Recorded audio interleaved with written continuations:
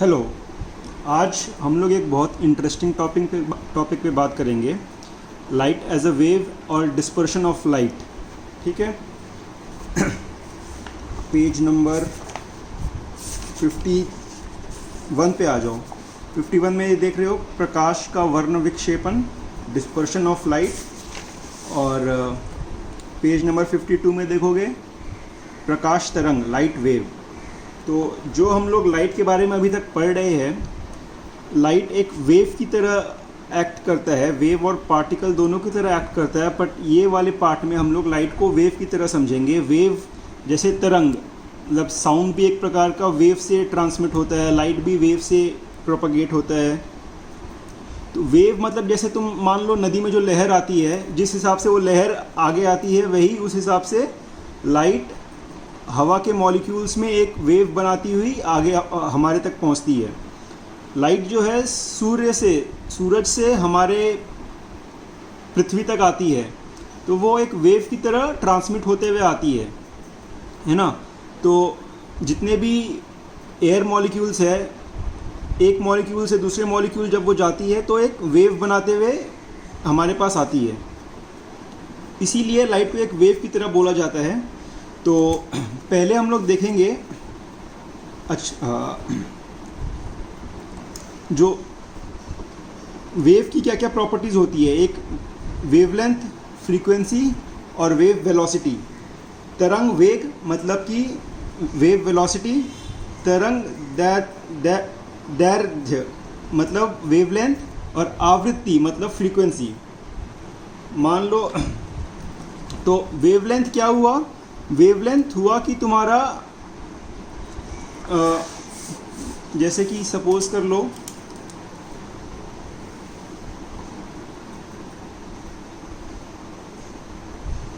ये इस प्रकार से वेव आता है, ठीक है। तो ये पॉइंट से लेकर के ये पॉइंट ऊपर जा रहा है और ये वाला पॉइंट भी ऊपर जा रहा है ना। तो ये जो दूरी है, इसको इस कोई भी वेव का वेवलेंथ बोलेंगे। मान लो एक वेव तुम्हारा ऐसा होगा, ठीक है। ये पॉइंट इसमें ऊपर जा रहा है, ये पॉइंट भी ऊपर जा रहा है, तो ये दोनों पॉइंट हो गया। अच्छा, अभी मान लो एक वेव ऐसा हो जाएगा, तो ये पॉइंट और ये पॉइंट के बीच में दूरी को वेवलेंथ बोलेंगे। तो इसका वेवलेंथ छोटा है, इसका वेवलेंथ बड़ा है, ठीक है। और फ्रीक्वेंसी क्या होता है? फ्रीक्वेंसी क्या होता है मतलब ये इसका हाईएस्ट पॉइंट और लोएस्ट, मतलब एक सेकंड में ये कितना मूवमेंट करेगा। ये जो पॉइंट है ये इस हिसाब से मूवमेंट कर रहा है, तो एक सेकंड में वह कितनी बार अपना साइकिल कंप्लीट करेगा। इस पॉइंट से स्टार्ट होके इस पॉइंट तक आने में जो टाइम लगा, उतना टाइम में एक वेवलेंथ दूरी कवर किया, तो एक सेकंड में कितना दूरी कवर करेगा उसको फ्रीक्वेंसी बोलते हैं, ठीक है। तो वेवलेंथ ज़्यादा होगा तो फ्रीक्वेंसी कम होगा, फ्रीक्वेंसी ज़्यादा होगा और फ्रीक्वेंसी कम होगा तो वेवलेंथ ज़्यादा होगा, ठीक है। फ्रीक्वेंसी और वेवलेंथ उल्टा काम करता है। तो फ्रीक्वेंसी और वेवलेंथ समझ में आया।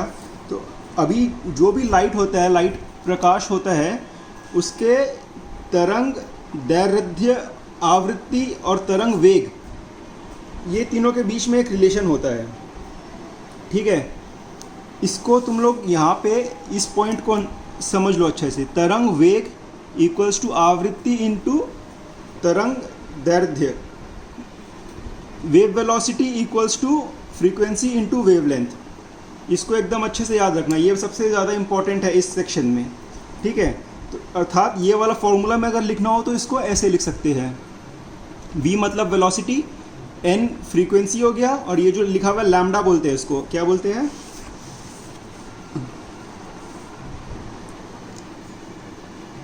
v इक्वल्स टू n, इसको लैम्डा बोलते हैं, LAMBDA, लैम्डा इसका, और इसका मतलब होता है, इसको वेवलेंथ के लिए इसको लिखते हैं, ठीक है। n ये हो गया फ्रीक्वेंसी, फ्रीक्वेंसी मतलब आवृत्ति, वेवलेंथ अर्थात तुम्हारा हो गया दैर्ध्य, और ये हो गया वेग, वेलोसिटी, वेव वेलोसिटी, ठीक है।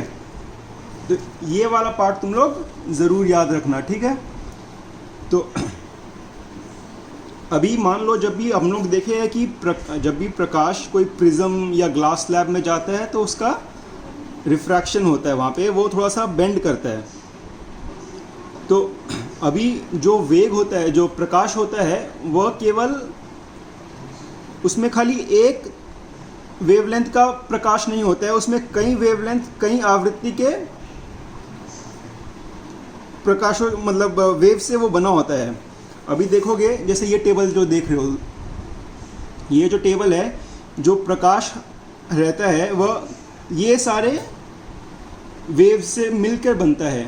वह गामा रे रहता है, उसमें एक्स रेज रहता है, अल्ट्रावायलेट रेज रहता है, विजिबल लाइट रहता है, इंफ्रारेड लाइट रहता है, माइक्रोवेव्स, रेडियो वेव्स, ये सारे वेव मिला के हमारा प्रकाश बनता है। जो हम लोग प्रकाश बोलते हैं, लाइट बोलते हैं, वह यह सब चीज़ मिला करके बनता है।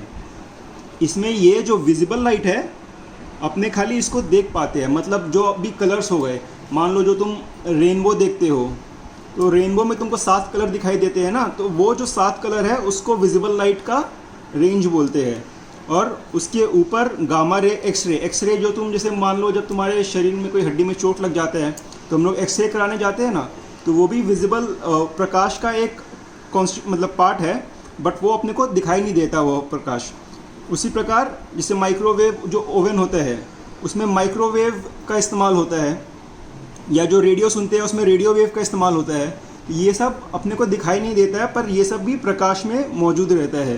तो ये सब में फ़र्क क्या है? ये सारे रेज में फ़र्क उनके वेवलेंथ में और फ्रीक्वेंसी में है। तो ये सब देखो तुम, यहाँ सबसे छोटा वेवलेंथ ये है और सबसे ज़्यादा वेवलेंथ इसका है। सबसे छोटा वेवलेंथ 10⁻⁻13 से लेके 10⁻⁻10। गामा रेस का वेवलेंथ इसके बीच में कहीं होता है। एक्स रे का थोड़ा सा ज़्यादा होता है, अल्ट्रावायलेट का उससे ज़्यादा होता है। इस तरह बढ़ते बढ़ते रेडियो वेव्स का सबसे ज़्यादा वेवलेंथ होता है, 10 से लेके 10⁴ तक उसका फ्रीक्वेंसी वेवलेंथ होता है। और जो फ्रीक्वेंसी है, देखो जितना कम फ्रीक्वेंसी वेवलेंथ उतना ज़्यादा फ्रीक्वेंसी। सबसे ज़्यादा फ्रीक्वेंसी इसका है, सबसे कम फ्रीक्वेंसी इसका हो गया। तो फ्रीक्वेंसी, तो ये जो है कम से ज़्यादा हो रहा है और ये ज़्यादा से कम हो रहा है। समझ में आया? गामा रेज का सबसे ज़्यादा फ्रीक्वेंसी है और रेडियो वेव्स का सबसे कम फ्रीक्वेंसी है। तो ये सारे रेज होते हैं। प्रकाश ये सब चीज़ें मिल के बनता है। तो अब एक चीज़ समझ में ये देखो, यह जो लिखा हुआ है, प्रकाश के वेग पर प्रकाश का वर्ण का प्रभाव, effect of colour on the velocity of light. अभी जब हम लोग देख रहे हैं लाइट जब एक प्रिज्म से या ग्लास स्लैब से जाता है, तो इसमें तो ये अपने जैसे अभी बात की है कि सारे मौजूद होते हैं प्रकाश में, पर प्रिज्म और ग्लास में, रेक्टेंगुलर स्लैब में ग्लास में घुसने के बाद ये सब का वेलोसिटी अलग अलग हो जाता है, वेग अलग अलग हो जाता है। मान लो कि जैसे यह तुम्हारा एक प्रिज्म हो गया, ये प्रिज्म है। अभी एक प्रकाश इसमें आपतन हुआ, तो अभी इसके बाद ग्लास में आने के बाद ये सारे जो रेज है ये सब अलग अलग वेलोसिटी, अलग अलग स्पीड में जाएंगे, तो सब अलग अलग हो जाएंगे। ठीक है? तो अब ये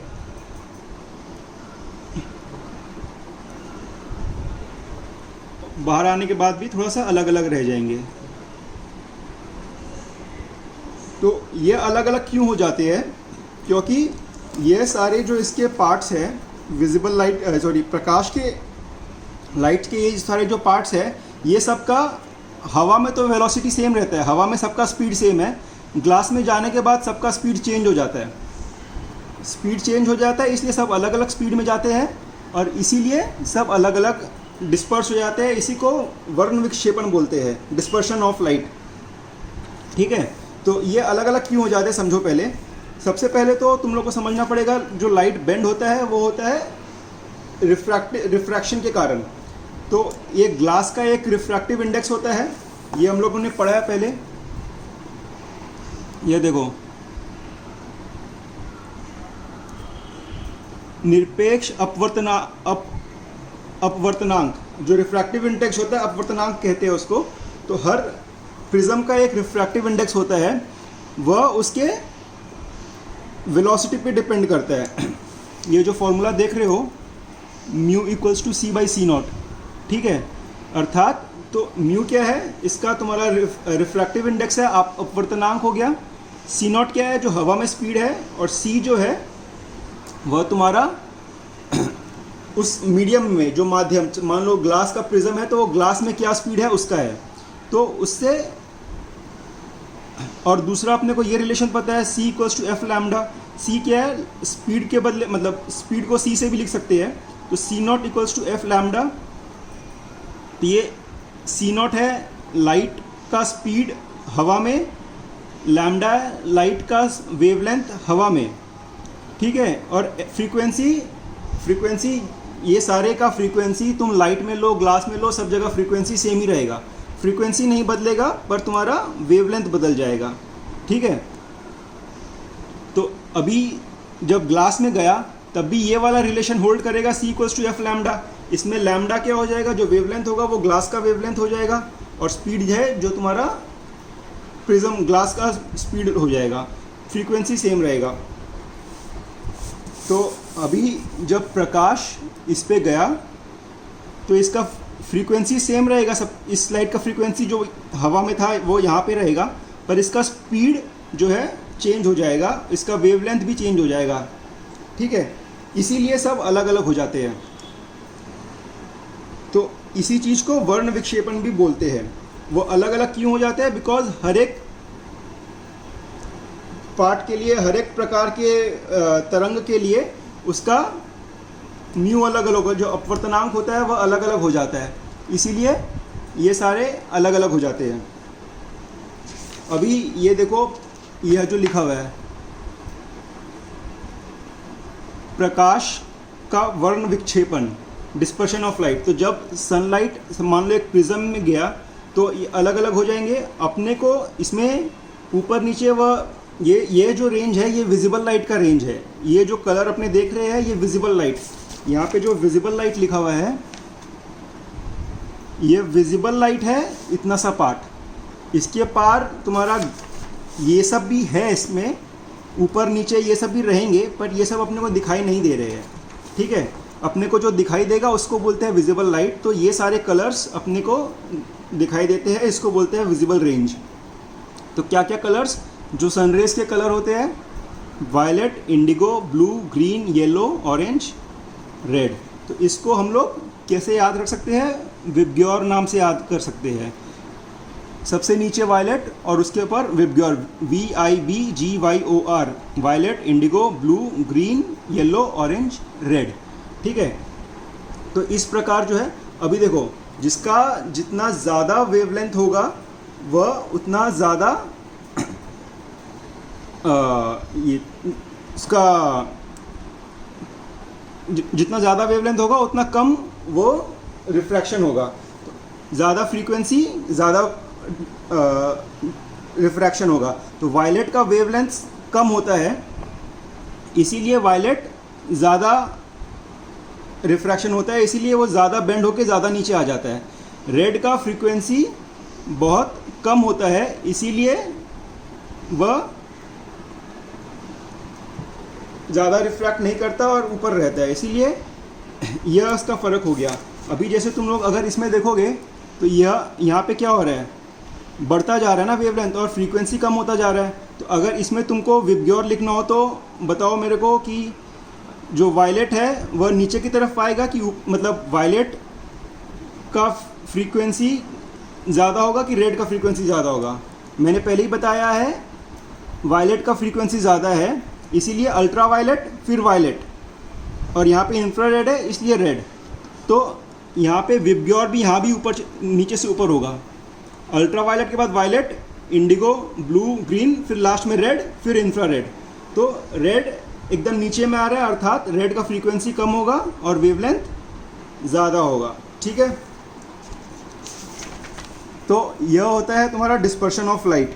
इसका कारण क्या है, कारण भी वही यहाँ पे देखो, कारण तुम लोग को दिखा रहेगा प्रकाश का वर्ण विक्षेपण की घटना का व्याख्या इस प्रकार भी की जाती है, किसी पारदर्शक पदार्थ में प्रकाश का वर्ण विक्षेपण अवयवी मतलब कॉन्स्टिट्यूएंट वर्णों के प्रकाश के वेग भिन्न भिन्न रहने के कारण होता है। सबका वेग, सबका स्पीड अलग अलग हो जाता है प्रिज्म में जाने के बाद, इसीलिए वह अलग अलग हो जाते हैं। वेग, इसका सबका स्पीड अलग अलग क्यों हो जाता है? बिकॉज सबके लिए म्यू अलग अलग रहता है, अपवर्तनांक अलग अलग होता है, इसीलिए सब अलग अलग बेंड होते हैं और अलग अलग हो जाते हैं। तो यही तुम्हारे को याद रखना है। इसके बाद ये चीज़ याद रखना है, जिस माध्यम का अपवर्तनांक तरंग दैर्घ्य के साथ जितनी तेज़ी से बदलता है उससे अत्यधिक परिक्षेपी माध्यम कहा जाता है। उदाहरण, फ्लिंट ग्लास क्राउन कांच की अपेक्षा अधिक परिक्षेपी है। ठीक है। अच्छा, इसी चीज़ के कारण भी मोनोक्रोमैटिक लाइट और पॉलीक्रोमैटिक लाइट, मोनोक्रोमैटिक मतलब एक ही रंग का, खाली रेड कलर या खाली येलो कलर। पॉलीक्रोमैटिक माने कई सारे कलर, जैसे लाइट अपना सारे कलर्स का बना हुआ है, जो विबग्योर 7 कलर का बना हुआ है। तो कलर ऑफ एन ऑब्जेक्ट, तो अब मान लो कोई वस्तु अपने को अगर पीला दिखाई दे रहा है, तो उसका अर्थ ये है कि जब प्रकाश उस पर पड़ रहा है तो वह खाली पीले कलर को रिफ्लेक्ट कर रहा है, बाकी सब एब्जॉर्ब कर लेता है ना। कोई अगर सफ़ेद दिख रहा, कोई वस्तु अपने को सफ़ेद दिख रही है, इसका मतलब वो पूरे के पूरे कलर्स रिफ्लेक्ट कर दे रहे हैं, कुछ एब्जॉर्ब नहीं कर पा रहा। और कोई वस्तु काला दिख रहा है, तो इसका क्या अर्थ हुआ? अर्थ यह हुआ कि वह सारे के सारे कलर्स, पूरा प्रकाश एब्जॉर्ब कर लेता है, कुछ रिफ्लेक्ट नहीं कर रहा। तो जो कलर का रेज हमारे आँख तक पहुँचेगा, वो वस्तु हमारे को वही कलर की नज़र आएगी। ठीक है। यह देखो, जैसे तुम यहाँ पे देख सकते हो, वस्तु पर पड़ने वाला विभिन्न रंगों का प्रकाश में वस्तु कुछ रंगों का अवशोषण कर शेष जिन रंगों को परावर्तित करती है, उन रंगों की किरणें हमारी आँख में आती है तथा इनका जो भी रंग होता है वस्तु हमें उसी रंग के प्रतीत होते हैं। ठीक है, इसको समझ लेना, इसको अंडरलाइन कर लेना। और एक चीज़ इसमें है, जैसे तुम लोग को दिखा देता हूँ, ये सारे उपयोग है अल्ट्रावायलेट, पराबैंगनी किरण, एक्सरेज, उसके उपयोग, दुष्प्रभाव, ये सब तुम्हारे को याद करना पड़ेगा। गामा किरणें मतलब गामा रेज, एक्सरेज और अल्ट्रावायलेट रेज, ये सब के अल्ट्रावायलेट रेज क्या हुआ, जो तुम्हारे सूरज से जो रेज आता है उसको अल्ट्रावायलेट ज़्यादा रहता है, उसमें विटामिन डी का स्रोत है, फोरेंसिक में काम आता है, जल के कीटाणु मारने के हेतु काम आता है, त्वचा के लिए यह हानिकारक है। ठीक है, ये सब तुम्हारे को याद करना पड़ेगा। और एक लास्ट चीज़ जो समझना है, आकाश का रंग नीला क्यों लगता है? तुम लोग देखोगे दिन के टाइम आकाश एकदम नीला रहता है, या और एकदम सुबह और एकदम सनसेट के टाइम लाल नज़र आता है आकाश। इसका क्या कारण है? तो अभी जैसे तो हम लोगों ने देखा कि ब्लू जो वायलेट लाइट है, उसका फ्रीक्वेंसी बहुत कम होता है, बहुत ज़्यादा होता है, तो वह ज़्यादा स्कैटर करता है। जिसका फ्रीक्वेंसी ज़्यादा होगा वह ज़्यादा स्कैटर करेगा। तो दिन के टाइम क्या होता है, वायलेट और ब्लू लाइट बहुत ज़्यादा स्कैटर कर जाता है, बहुत ज़्यादा फैलता है, तो उसका फ्रीक्वेंसी बहुत ज़्यादा है, आवृत्ति बहुत ज़्यादा रहती है, इसलिए वो ज़्यादा फैलता है, इसीलिए हमारे को ब्लू दिखाई देता है। पर सुबह और शाम में क्या होता है, सूरज थोड़ा दूर चला जाता है, तो दूर रेड का फ्रीक्वेंसी कम है, इसीलिए रेड ज़्यादा दूर तक आ पाता है, वायलेट उतना दूर तक आ ही नहीं पाता, वो पहले ही स्कैटर होके ख़त्म हो जाता है, और लाल रंग एकदम दूर तक आ पाता है। मान लो यह तुम्हारा सन ऐसे जा रहा है ना, सन दिन के टाइम में ये अर्थ हो गया, ये अर्थ है। ठीक है, यहाँ पे सन सुबह यहाँ पे, और सन शाम को यहाँ पे, और सन दिन के टाइम यहाँ पे। तो दिन के टाइम एकदम नज़दीक है, और इवनिंग के टाइम और मॉर्निंग के टाइम सन दूर हो जाता है, अर्थ दूर हो जाता है सन से। ठीक है, तो इसीलिए क्या होता है कि हालांकि सन नहीं घूमता है, अर्थ घूमता है। यहाँ पे अर्थ कर दो, अर्थ घूम रहा है सन के चारों ओर, तो अर्थ दिन के टाइम एकदम नज़दीक रहता है सन से, और सुबह और शाम में दूर रहता है। इसीलिए या इस सुबह के टाइम में वायलेट ज़्यादा स्कैटर करता है, वायलेट हम देख पाते हैं, तो सन नीला नज़र आता है, आकाश नीला नज़र आता है।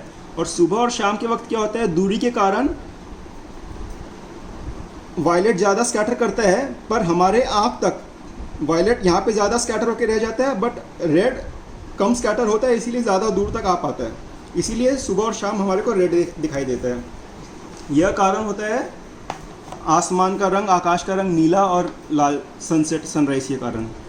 ठीक है, तो एक बार इसको भी पढ़ लेना। और इसी के साथ हमारा लाइट का चैप्टर का सारा पार्ट्स ख़त्म होता है। मैं क्वेश्चन आंसर एक नेक्स्ट वीडियो में शेयर करूँगा। Thank you.